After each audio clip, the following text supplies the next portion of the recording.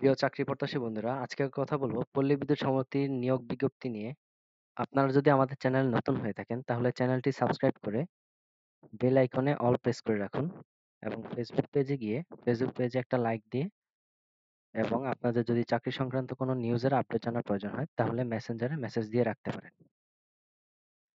দেখুন, এটিতে অনেক বিশাল একটি নিয়োগ বিজ্ঞপ্তি, কারণ সকল বয়সের মানুষেরা আবেদন করতে পারবে।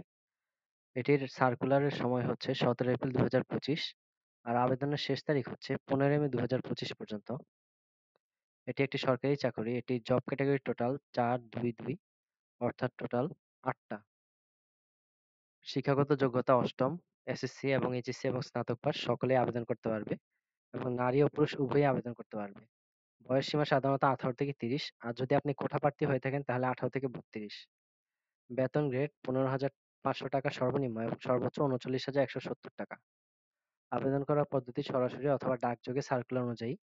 আপনার সার্কুলারটি কর্তৃপক্ষের ওয়েবসাইটে দেখে নিতে পারবেন।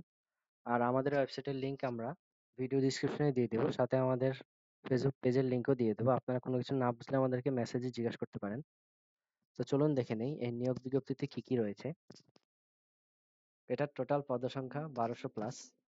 নিয়োগ প্রতিষ্ঠান বাংলাদেশ পল্লী বিদ্যুৎ বোর্ড। পদবীর মধ্যে আছে lineman, assistant engineer, computer operator, হিসাবরক্ষক ইত্যাদি। শিক্ষাগত যোগ্যতা এসএসসি থেকে স্নাতকোত্তর পর্যন্ত। বয়সসীমা 18 থেকে 30। আর এখানেও ঢাকা পল্লী বিদ্যুৎ সমিতি দেখেন, শিক্ষাগত যোগ্যতা, তারপর বয়সসীমা, পদের সংখ্যা, বাবুর্চিও আছে, কেয়ারটেকার, সবই দেওয়া আছে। আপনারা এই ওয়েবসাইটে গেলে সবই পড়ে নিতে পারবেন।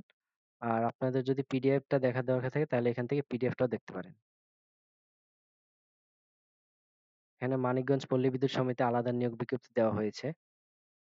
এরপর আছে শেরপুর পল্লী বিদ্যুৎ সমিতির নিয়োগ বিজ্ঞপ্তি।